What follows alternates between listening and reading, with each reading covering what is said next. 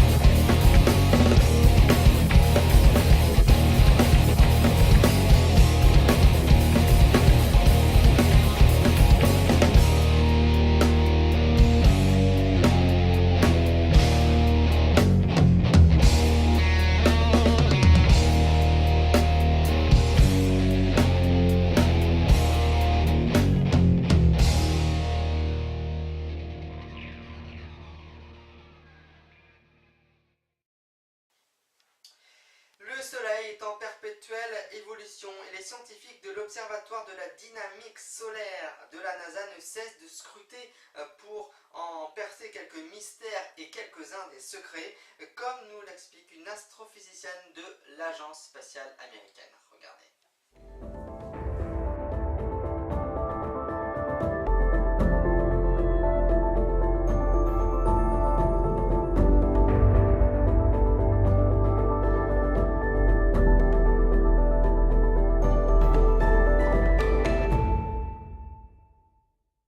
Hello, I'm Nicolene Weil, and I'm a solar physicist at NASA's Goddard Space Flight Center. What we're looking at right now is imagery from the Solar Dynamics Observatory. All of the dynamics and activity that's going on in the solar corona, the sun's atmosphere, which is what I study. What we're seeing here is a filament, and it looks very dark, and it looks like it's actually maybe even on the surface of the sun. But we can see as the sun rotates around that actually it's suspended high up in the atmosphere away from the surface. When viewed from this angle, we call them prominences. This material is held up in the corona by twisted magnetic fields. We're looking at the solar corona in extreme ultraviolet at 171 angstroms, which is a wavelength that our eyes cannot see. My favorite thing is all of these magnetic loops that you can see on the sun, how dynamic these magnetic loops are, just telling us how much change and evolution and activity there is on the sun at all scales.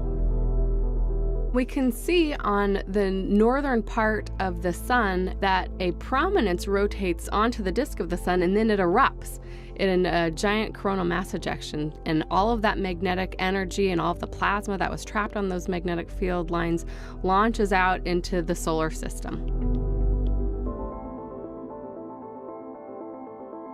We're watching the sun rotate right now. This is one of the basic features of the sun, and it takes about a month for the sun to rotate fully around and to see the same spot on the sun come back.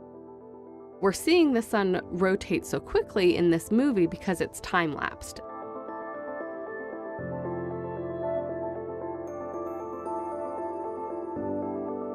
When the sun jumps around, that's actually the Solar Dynamics Observatory moving around and pointing in different directions. Sometimes they have to point away from the sun so that they can calibrate their sensors, the cameras.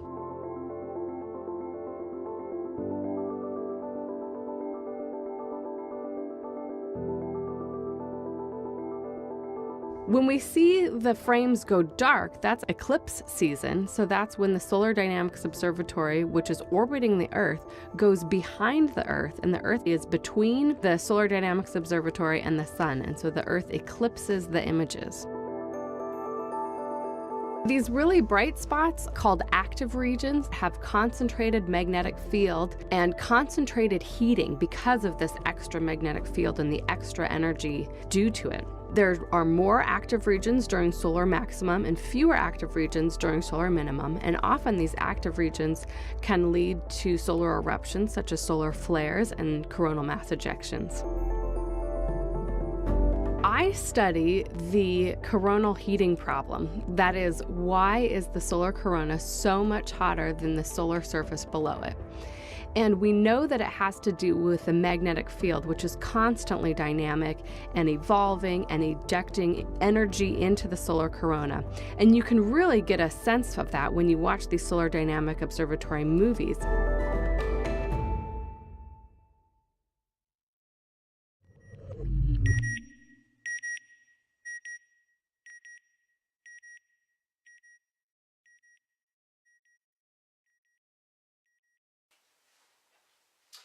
À 9 mois de la primaire à droite, les candidatures se bousculent, mais il y a également des candidats déclenchés et déclarés. 7 pour le moment, passant d'Alain Juppé, Nicolas Sarkozy à Nathalie Kosciusko-Morizet.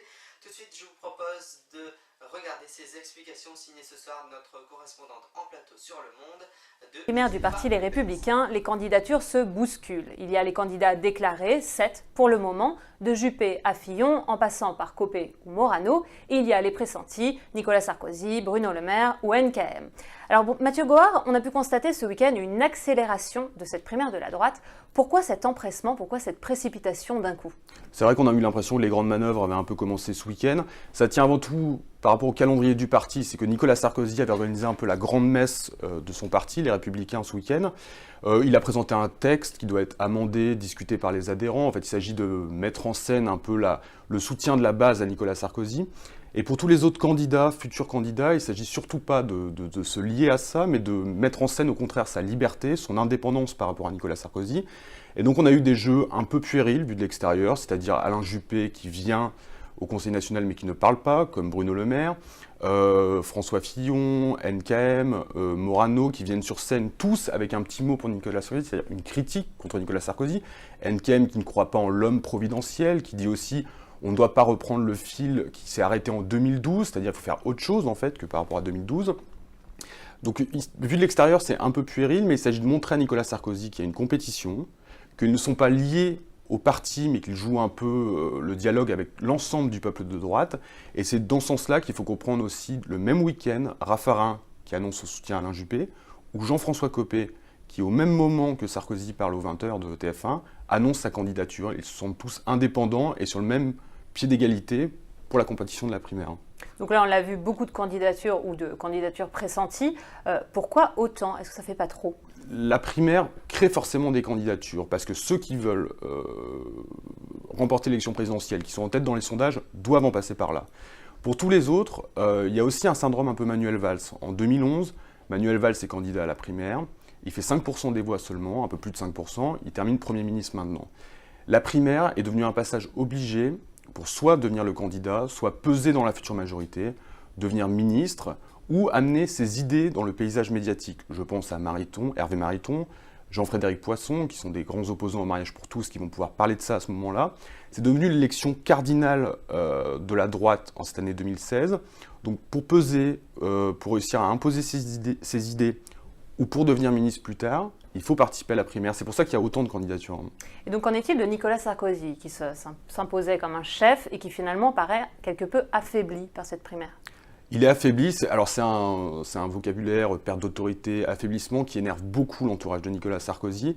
Il est affaibli parce que je pense que s'il avait été beaucoup plus puissant, si sa famille politique avait été sûre de sa victoire, par les sondages, par le fait que c'est un ancien chef de l'État, il y aurait déjà eu beaucoup moins de candidatures. Le fait qu'il soit aussi bas ouvre un peu le jeu et permet à beaucoup d'autres d'être candidats. Donc il est objectivement affaibli. Il mise sur la base du parti, sur les militants qui seront les plus politiques, les plus radicaux, et il pense que ça va agréger d'autres personnes. Il reste populaire auprès de cette base, il a vendu énormément de livres, on est au-dessus de 100 000 exemplaires. Il est affaibli, mais il ne faut évidemment pas l'enterrer avant le mois de novembre. Merci Mathieu Goard. Et si vous voulez découvrir plus d'informations sur ce sujet, eh bien n'hésitez pas à consulter les pages du Monde et du Monde.fr. Bonne lecture. Et des dizaines de personnes ont rendu hommage dans la soirée du samedi 13 février à Ilan Halimi, à Bagneux, au sud de Paris, où le jeune français juif a été torturé avant de succomber à toutes ses blessures il y a tout juste 10 ans, jour pour jour. Regardez.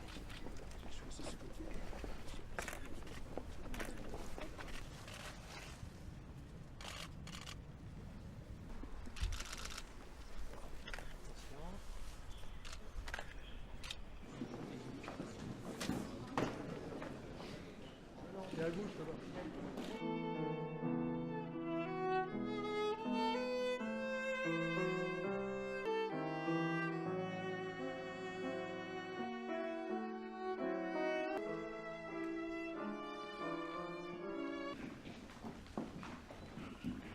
10 ans plus tard, nous continuons à éprouver un remords collectif, et c'est bien légitime. Celui de n'avoir pas su à l'époque nommer immédiatement l'adversaire par inconscience ou par déni. Celui d'avoir hésité à désigner par son nom la haine antisémite derrière l'événement tragique de la disparition d'Ilan Halimi. Derrière ce cri, nous savons qu'il n'y avait pas seulement un acte cruel, lâche et crapuleux. Derrière ce crime, il y avait l'antisémitisme et la haine de l'autre. Ce mal qui ronge la République et que nous sommes déterminés à combattre à tout prix.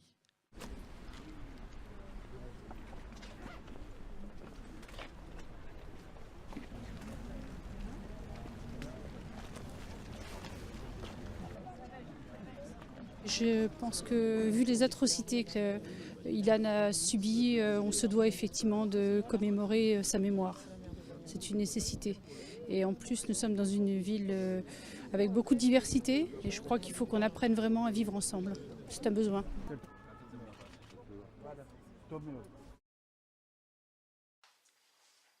Depuis 3 jours, la Turquie bombarde des positions kurdes en Syrie à quelques kilomètres de sa frontière. Reportage signé Josefa Lopez et Christophe Ayad. Quel jeu joue la Turquie en Syrie? Depuis 3 jours, le pays bombarde des positions kurdes à quelques kilomètres de sa frontière. Damas, l'ONU, mais également les États-Unis et la France ont appelé la Turquie à cesser ses tirs. Alors Christophe Ayad, pour y voir plus clair, qui sont les Kurdes attaqués en Syrie? Alors, ils appartiennent à un parti qui s'appelle le PYD, qui est un parti kurde syrien, qui est lui-même en fait une sorte d'émanation du PKK turc. Le PKK, c'est un parti kurde séparatiste en guerre contre l'État turc pour une forme d'autonomie, voire d'indépendance. Par ailleurs, ce PYD, depuis le début de la révolution syrienne en 2011, il observe une sorte de neutralité bienveillante, voire de collusion avec le régime Assad, puisqu'en fait les forces du régime syrien lui foutent la paix dans son coin.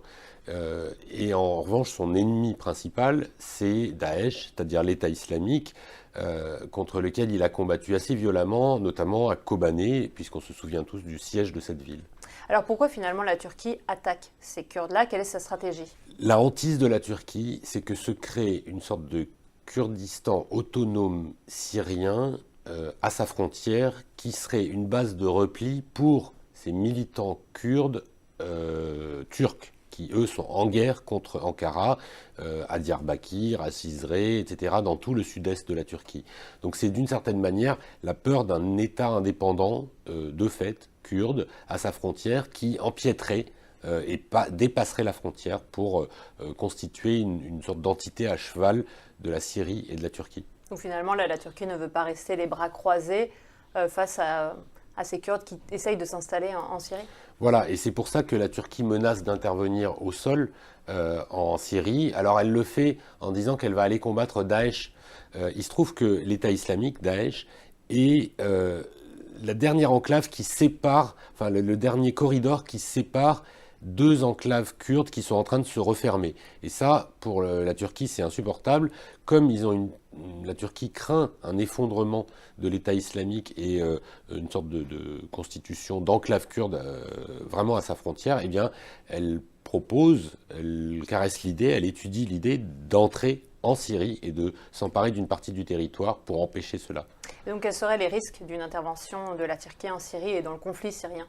Les risques, c'est une internationalisation complète de ce conflit. C'est-à-dire que la Turquie est l'alliée de l'OTAN, donc de l'Occident.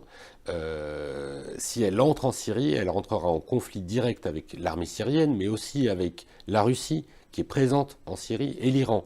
Et donc là, on rentre dans une sorte de régionalisation, voire de mondialisation du conflit, avec un allié de l'OTAN qui est en train de se battre directement contre la Russie en Syrie. Là, ça a des implications incalculables, d'où la crainte de la France, des États-Unis, qui ont demandé à la Turquie d'arrêter de bombarder. Merci Christophe Ayad. Et si vous voulez retrouver plus d'informations sur ce sujet, eh bien n'hésitez pas à consulter les pages du Monde et du Monde.fr. Bonne lecture. Les premières sculptures ont commencé de l'artiste Jason de Kerr-Taylor, qui ont été émergées à la fin du mois de janvier au large de l'île d'Anrozote en Espagne. C'est le 3e musée de l'artiste qui conçoit ces lieux d'art comme des récits artificiels, refuges donc pour la faune et la flore. Voici ces merveilleuses images que l'on nous a concoctées pour vous.